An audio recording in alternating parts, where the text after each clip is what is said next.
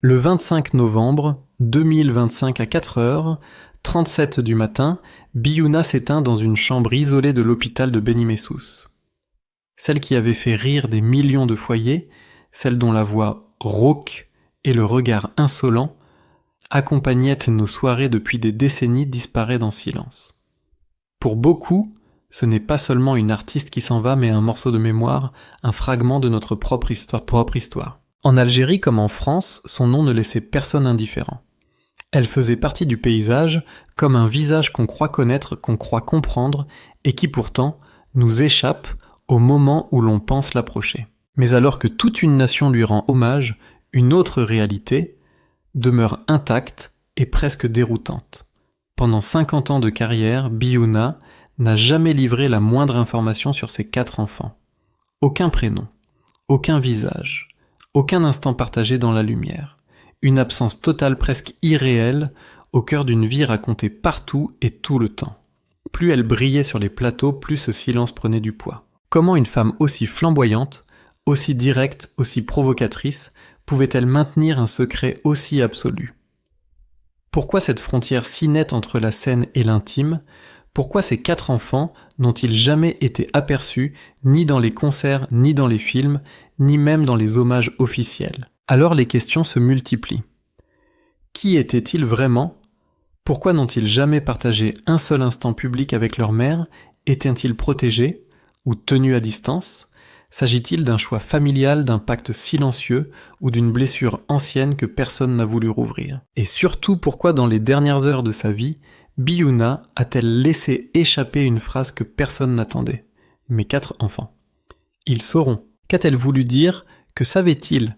Et pourquoi cette vérité n'a-t-elle jamais été révélée avant son dernier souffle ? Voici leur histoire. Pour comprendre l'énigme qui entoure ces enfants, il faut d'abord comprendre la femme que la France a appris à aimer. Biouna n'est pas arrivée dans le paysage culturel français comme une inconnue. Elle y est entrée comme une déflagration. Venue de Bellecour, quartier populaire d'Alger, elle portait déjà en elle cette énergie singulière, mélange de provocation d'humour cru et d'une élégance déroutante. Sur les scènes algéroises, elle avait appris très tôt que le rire peut être une arme, un refuge et parfois une rébellion. Lorsque la France la découvre véritablement dans les années 90, c'est une personnalité déjà façonnée par l'histoire, par la décennie noire, par l'exil partiel et par le choix courageux de rester dans un pays que tant d'artistes fuyaient. Elle apporte avec elle un style que personne n'attendait, libre, insolente, imprévisible, profondément humaine. Dans les rôles télévisés, comme dans les fictions franco-maghrébines, elle incarne des femmes que le public n'avait jamais vues à l'écran, des femmes qui parlent sans filtre, qui osent exister sans s'excuser. À partir des années 2000, sa présence en France devient incontournable. Sur les plateaux de Taratata, de On n'est pas couché dans les émissions de variété ou de débat, elle déstabilise, amuse, choque et émeut, parfois tout cela en même temps. Les animateurs la redoutent autant qu'ils la recherchent. Son franc-parler devient une signature. Ses éclats de rire un rituel. Sa manière de regarder la caméra droit dans l'objectif, comme pour dire au public « Je ne vous dois rien, mais je vous donne tout », devient un moment de télévision à part entière. Et puis il y a sa musique, cette voix grave, légèrement cassée qui glisse du shahabi au jazz, du raï aux ballades. Le public français y entend quelque chose de familier et d'étranger, à la fois un pont entre deux cultures, une nostalgie qui ne ressemble à aucune autre. Pour beaucoup d'immigrés maghrébins, elle symbolise l'audace de dire tout haut ce qu'ils n'ont jamais osé formuler. Pour les Français qui ne la connaissaient pas avant, elle devient une figure attachante, une sorte de vérité vivante, brute mais tendre. Au fil des années, Biouna s'impose ainsi comme un visage familier. Une femme à qui l'on pardonnait tout parce qu'elle ne trichait jamais. Et pourtant, au cœur de cette vérité exposée, une zone restait intouchable, inaccessible, presque sacrée, sa vie de mère. C'est dans cette frontière invisible que se cache l'une des plus grandes énigmes de sa destinée. Pendant plus d'un demi-siècle, la carrière de Biouna se déploie sous les projecteurs, mais une partie essentielle de sa vie reste plongée dans une obscurité totale. Aucun journaliste, aucun biographe, aucun ami de plateau ne parvient à pénétrer cette zone interdite, celle de ses 4 enfants. Le mystère ne vient pas seulement du manque d'informations, mais de l'absence totale de traces, comme si ces enfants avaient été soigneusement effacés du récit public. Un silence si absolu qu'il finit par attirer davantage l'attention que les confessions les plus bruyantes. Les premières mentions remontent aux années 70. Dans les portraits de presse algériens et français, une phrase revient toujours identique, presque mécanique. Elle vit à Alger avec son mari et ses 4 enfants. Aucun détail supplémentaire. Pas de suivi. Pas de recoupement. On aurait dit une ligne écrite pour remplir un vide ou pour en créer un plus grand encore. À l'époque, personne ne pose de questions. La star amuse, chante, provoque. Sa vie privée ne regarde qu'elle. Mais avec les années, quelque chose cloche. Plus Biouna devient célèbre, plus l'absence de ses enfants devient troublante. Les acteurs avec qui elle joue ne se souviennent pas d'avoir croisé un seul d'entre eux en coulisses. Les techniciens qui l'accompagnent en tournée n'en voient jamais un à la sortie des concerts. Les journalistes qui ont interviewé des dizaines d'artistes ne peuvent citer aucun témoignage, aucune photo, aucun souvenir. Comme si ces enfants n'avaient jamais existé. Puis, il y a cet épisode étrange de 2017. Sur un forum algérien, un internaute poste une photo ancienne, une jeune Biouna tient dans ses bras un nouveau-né le regard tendre presque inquiet. La photo fait le tour des réseaux en quelques heures. Et puis soudain, tout disparaît. La publication est supprimée, le compte fermé, les captures d'écran introuvables. Aucun média ne parvient à récupérer l'image. Pour certains, ce n'était qu'un montage. Pour d'autres, c'était une preuve que l'actrice avait tenté un jour de montrer un fragment de sa maternité avant de se raviser. D'autres indices apparaissent par bribes toujours indirectes. Un musicien raconte qu'en 2005, pendant une tournée, il a entendu Biouna murmurer « Le monde du spectacle détruit les gens qu'on aime ». Personne ne sait si elle parlait de ses enfants, mais la phrase résonne comme un avertissement. Une actrice affirme qu'elle changeait de sujet dès qu'on évoquait la moindre question familiale.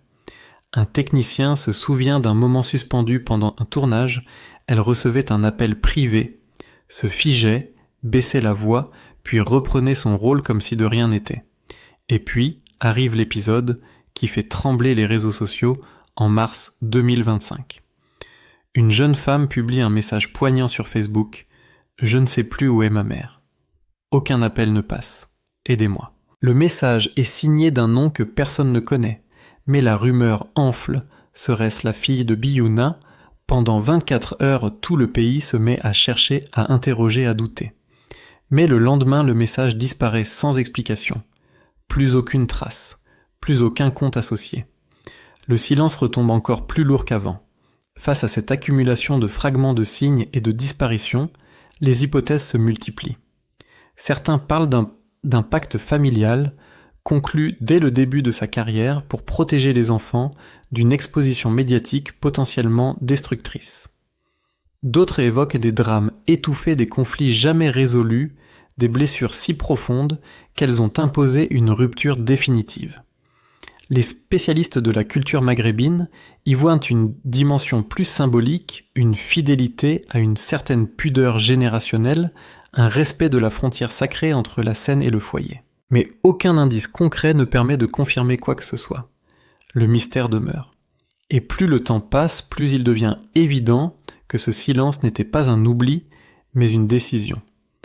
Un choix réfléchi, répété, maîtrisé.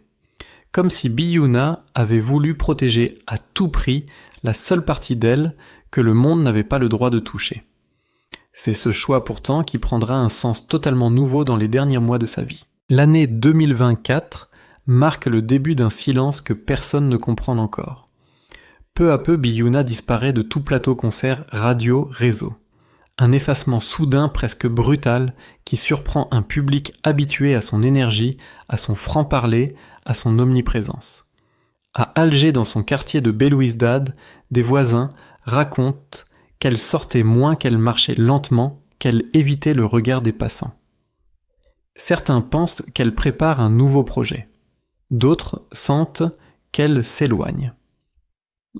En octobre 2025, la vérité éclate doucement, elle est hospitalisée à Beni Messous.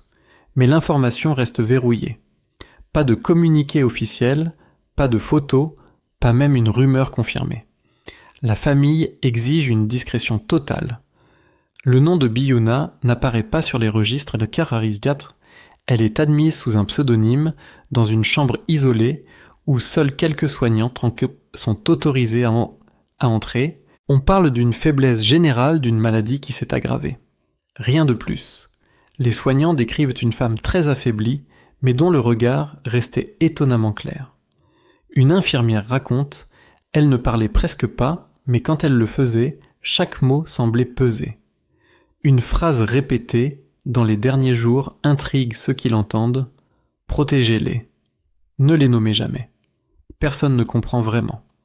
Mais tout incline à croire qu'elle pense à ses 4 enfants. Puis, viennent ces visites nocturnes rapides discrètes. Un jeune homme d'abord nerveux, les yeux rougis. Il ne reste qu'une dizaine de minutes assis près d'elle silencieux. 3 jours plus tard, une femme élancée cachée derrière des lunettes sombres demande à entrer, elle me reconnaîtra. Et en effet, Biyuna acquiesce faiblement. À l'aube d'un autre jour, une silhouette masculine apparaît dans le couloir, hésite longtemps, puis repart après avoir été refusée faute d'autorisation. Aucune identité n'est confirmée. Aucun lien familial n'est établi. Mais tous ces visiteurs partagent la même attitude, entrer sans vouloir être vus, repartir sans laisser de traces.